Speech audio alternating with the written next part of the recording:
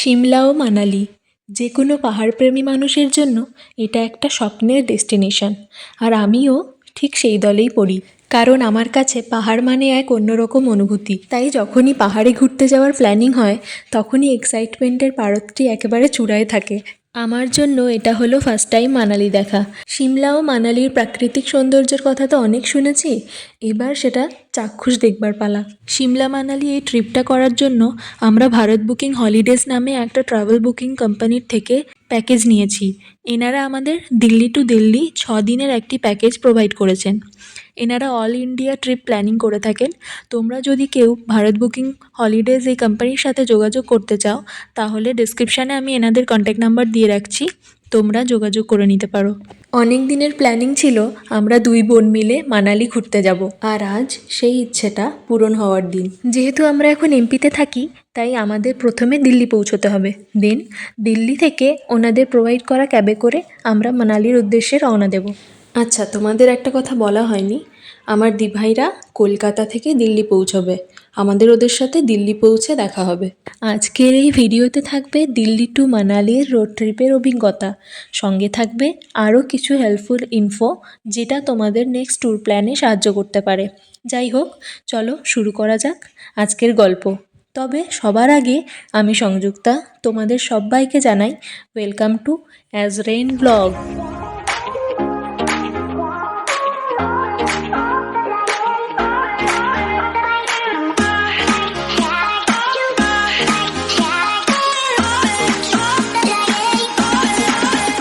ঘড়ি বলছে এখন বাজে সকাল 8টা।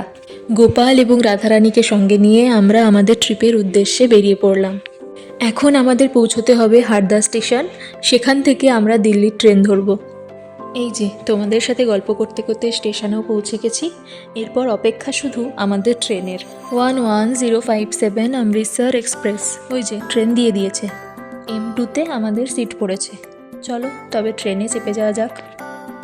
সকাল 11টা নাগাদ আমাদের ট্রেন ছাড়লো, দিল্লি পৌঁছবে নেক্সট ডে ফার্স্ট মর্নিং।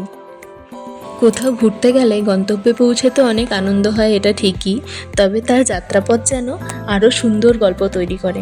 ঠিক যেমন আমাদের এই ট্রিপে মানালি পৌঁছানোর এক্সাইটমেন্টকে আরও বাড়িয়ে তুলেছে এই যাত্রাপথে চারিদিকের প্রাকৃতিক সৌন্দর্য। আমি তো ভীষণভাবে এনজয় করি ট্রেনের এই জানলা থেকে বাইরের ভিউ, চারিদিকে সবুজ পাহাড়, কিছু কিছু টানেলও বেরোচ্ছি, এ এক অদ্ভুত অনুভূতি। আজকের রাতটা ট্রেনে কাটিয়ে কাল সকালে তোমাদের সাথে দেখা হচ্ছে।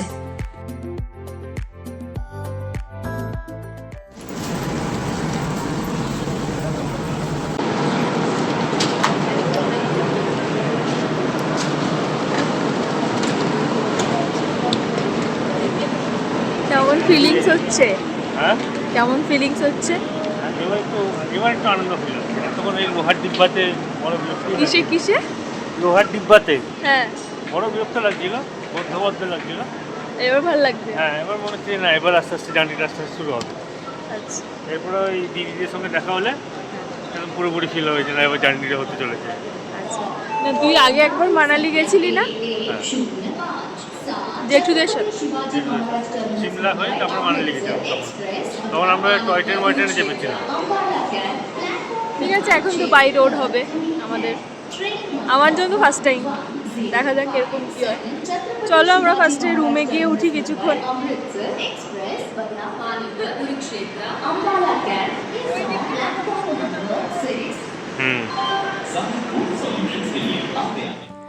আচ্ছা, আমরা একটা রিটায়ারিং রুম নিয়েছি, যেহেতু দিভাইদের পৌঁছতে অনেকটাই দেরি হবে তাই ভাবলাম 6-7 ঘন্টা ওয়েটিং রুমে না বসে থেকে রিটায়ারিং রুম নিয়ে নিই, সেখানে একটু ফ্রেশ হতে পারবো, নেক্সট জার্নির জন্য রেডিও হতে পারবো। কারণ এরপর তো আমাদের মেন যাত্রা শুরু, দিল্লি টু মানালি।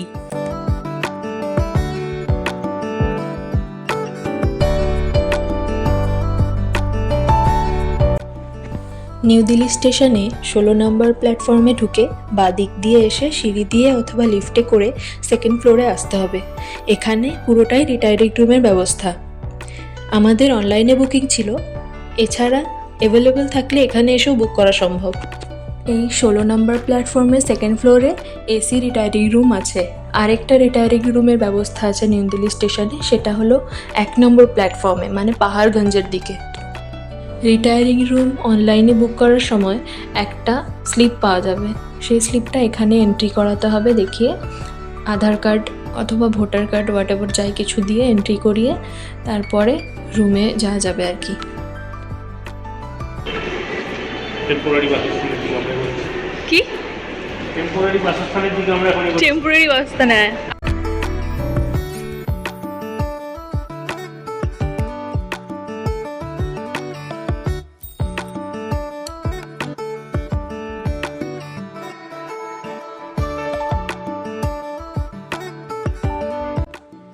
এখানে ডরমেটারি রিটায়ারিং রুমটা কিছুটা এরকম, 4টে মিরর আছে, যার যার আলাদা আলাদা কাবার্ড দিয়েছে, ওগুলো তোমরা চাইলে ইউজ করতেও পারো নাও করতে পারো।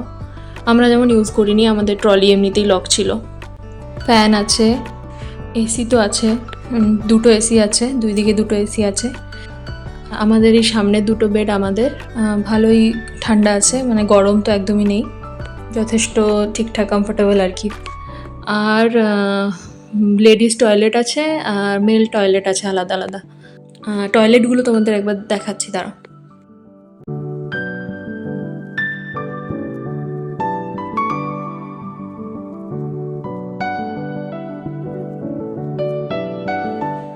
স্নানের জন্য গরম জলের ব্যবস্থাও আছে।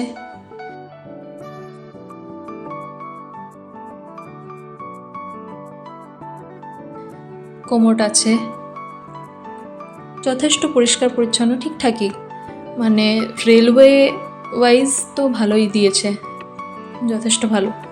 আর রুমগুলোও যথেষ্ট পরিষ্কার, আমরা থাকাকালীনও দেখলাম যে 2বার এসে ক্লিন করে দিয়ে গেল, ভালোই, বেশ ভালো লেগেছে।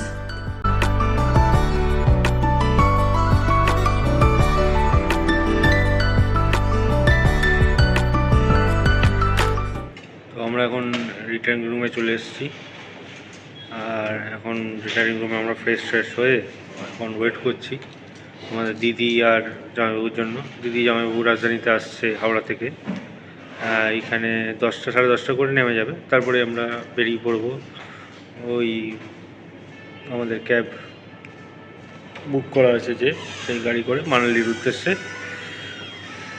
মমিও রেডি হয়ে বসে আছে এখানে, গপু গপি সবাই রেডি হয়ে বসে আছে। মমি এক্সাইটেড হচ্ছ? হ্যাঁ, এক্সাক্টলি। কতটা? কালকে একটু টায়ার্ড ছিলাম, বাট আজকে একদম ফুল অন চার্জ হয়ে গেছে। তো ফুল অন চার্জ আমরা সবাই আছি, এখন শুধু দিদি আর জামাইবাবুর অপেক্ষা। এরপরে আমরা দিদি জামাইবাবুদের সঙ্গে দেখা হওয়ার পরে বেরিয়ে পড়বো মানালির উদ্দেশ্যে। Stay tune.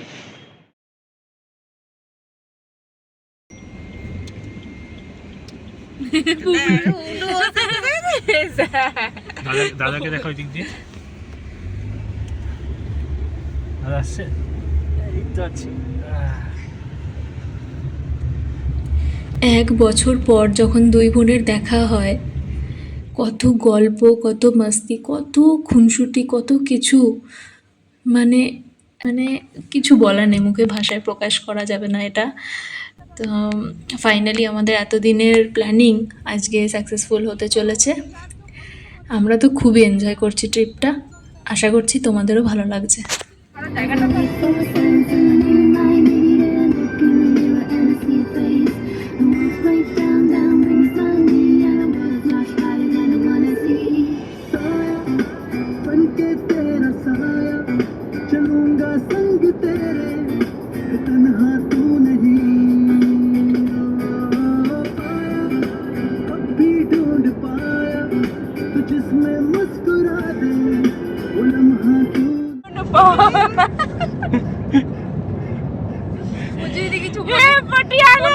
তোমাকে 100 কোটি প্রণাম যে তুমি 1986 সালে আমার বরকে জন্ম দিয়েছো তোমার স্থানে, যার জন্য আমি এত ভালো একজন স্বামী আমার জীবনে পেয়েছি। আমার বর দ্বিতীয়বারের জন্য এসছে, আবার নতুন করে তুমি তাকে ভালো স্বামী এবং ভালো পিতা হিসেবে জন্ম দাও। হে পটিয়ালা, তোমার চরণে 100 কোটি প্রণাম। এই ভাত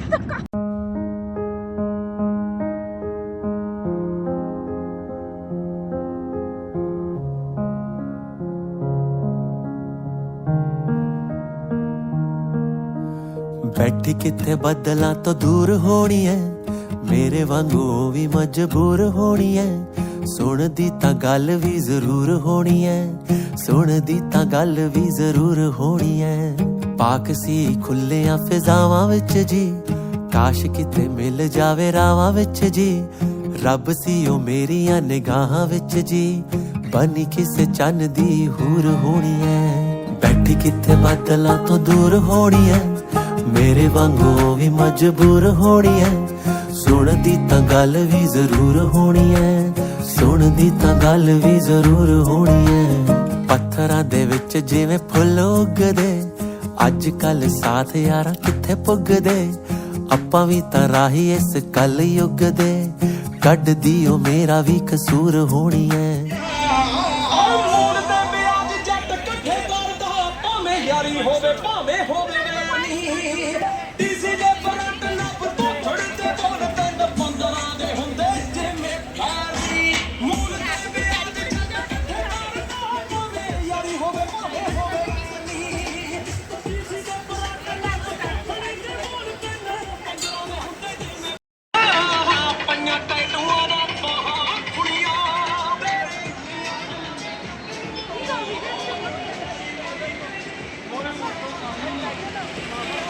এখানে এরকম জল স্প্রে করে গরমের জন্য। হ্যাঁ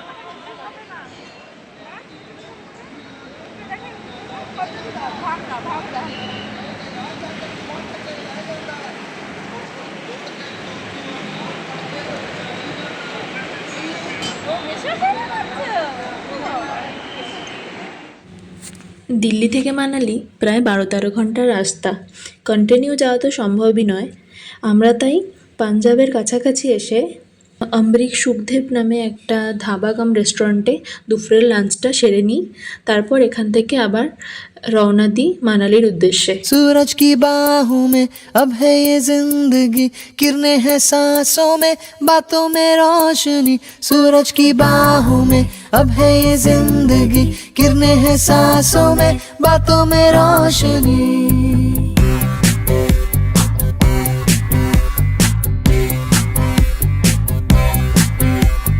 जो ही बदली दिल की ताल है, आहा यूं ही आया एक ख्याल है, आहा पाते हमें जिंदगी एक बार, क्यों न करे खुल के हम इसका प्यार। जाने किसका है हमें इंतजार, कि जिंदगी यही है और यही जो थी कल तक बस एक आरज़ू, आहा वो ही पा गए हैं मैं और तू। आहा थामे हम हाथों में यूं ही हाथ, शहर दिल में घूमेंगे साथ साथ। सारे सारे दिन सारी सारी रात, बरस रही है एक खुशी हर कहीं। আমরা সেকেন্ড ব্রেকের জন্য দেখো দাঁড়িয়ে গেছি, আবার অনেকক্ষণ পর দাঁড়ালাম, কোমর টোমর ধরে গেছে। খুবই দূর ভাই, দিল্লি থেকে মানালি বাই কার যাওয়া, সত্যি কোমরের অবস্থা, কোমর খুলে গেছে। তো আমরা আবার দাঁড়িয়েছি এখানে, একটা হাভেলি বলে একটা ধাবা বা রেস্টুরেন্ট টাইপের আছে, সেখানে আমরা দাঁড়িয়েছি। এখানে কিছুক্ষণ দাঁড়িয়ে হাত পায়ের জয়েন্টগুলো একটু আলগা করে নিতে হবে। তারপরে এরপরে তো রাস্তা মনে হয় জানি না কেমন হবে, কারণ এরপরে আস্তে আস্তে আমরা হিমাচল যখন ঢুকবো তখন তো এবার রাস্তা বেটার বাজে থাকবে না ভালো থাকবে সেটা বলা যাচ্ছে না। তবে খারাপ হলে খুবই অসুবিধা, কারণ মৌমি বা দিদি দুজনেরই গাড়িতে খুবই অসুবিধা হয়। হ্যাঁ, দুজনেরই শরীরটা খারাপ হয়ে গেছে অলরেডি। আর এর মধ্যে আমাদের যে ছোট্ট পুপলু সোনা, তারও বিরক্ত লাগছে, সেও একটু ঘ্যান ঘ্যান করছে, কারণ সেও স্বাভাবিক ব্যাপার, এতক্ষণ ধরে গাড়িতে বসে থাকা মামুলি ব্যাপার নয়। যদিও আমরাই বসে থাকতে পারছি না, ও তো একটা বাচ্চা। এখন এখানে কিছুক্ষণ দাঁড়ানো হয়েছে, এখানে 10-15 মিনিট দাঁড়িয়ে চাটা খেয়ে আমরা আবার বেরিয়ে পড়বো। এরপর আশা করি আর হল্ট করবো না, সিধা মানালি, একদম মানালিতে গিয়েই কথা হবে তোমাদের সাথে। টাটা।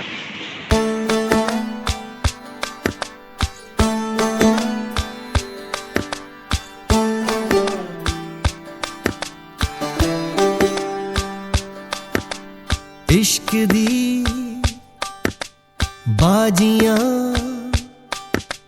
जीतियां न हारियां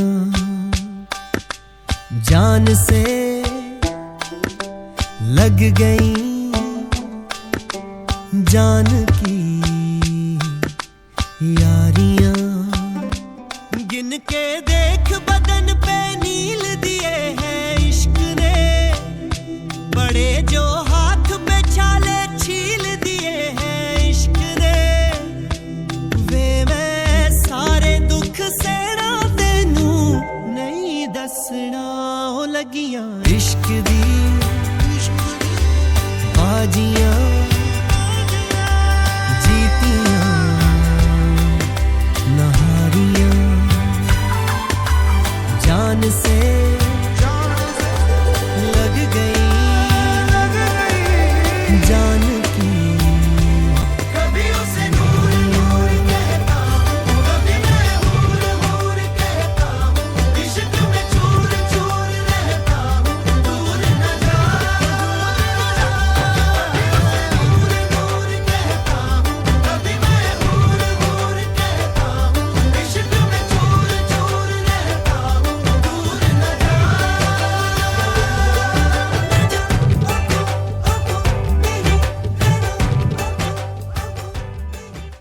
আগে তোমাদের বলেছিলাম যে আমরা ট্রাভেল বুকিং কোম্পানির থ্রু দিয়ে আমাদের এই ট্রিপটা প্ল্যান করেছি।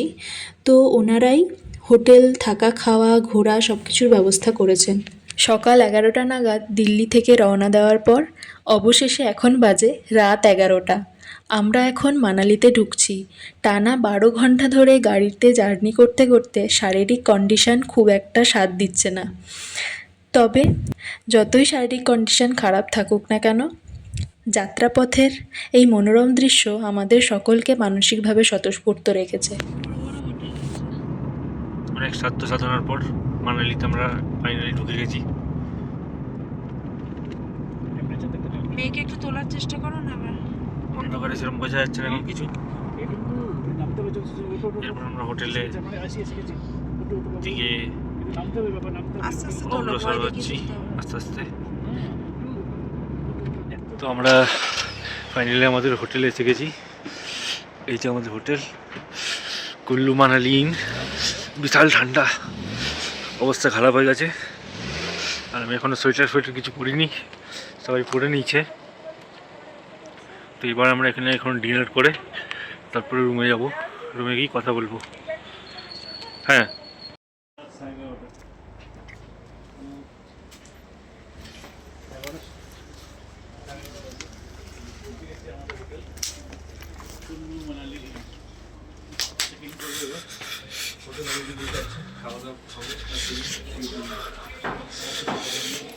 এই যে আমাদের পুপলু ঠান্ডায় জড়সড় হয়ে গেছে। আমরা এখন রাতের ডিনার করতে চলে এসেছি। ডিনার করে নেবো। ডিনার করে এই যে মমির অবস্থা ঠান্ডায় খারাপ হয়ে গেছে। ডিনার করে আমরা এবারে চলে যাব। তো সারাদিনের ধকল ফকলের পর ফাইনালি আমরা রুমে চলে এসেছি ডিনার করে। ডিনারে ছিল রুটি, বাটার রুটি ছিল, আর জিরা রাইস, একটা মিক্স ভেজ, আর পনিরের সবজি ছিল। যেহেতু আমরা খুব লেটেই এসেছিলাম, তাও মোটামুটি জিরা রাইসটাও গরম ছিল, রুটিটাও গরম ছিল, এটা সার্ভিসও ভালো ছিল। আর ফাইনালি আমাদের রুমটাও দেখে নাও। এই হচ্ছে রুম। এইটা হচ্ছে আমার পিছনে বেডরুম। ওই যে মমি দাঁড়িয়ে আছে,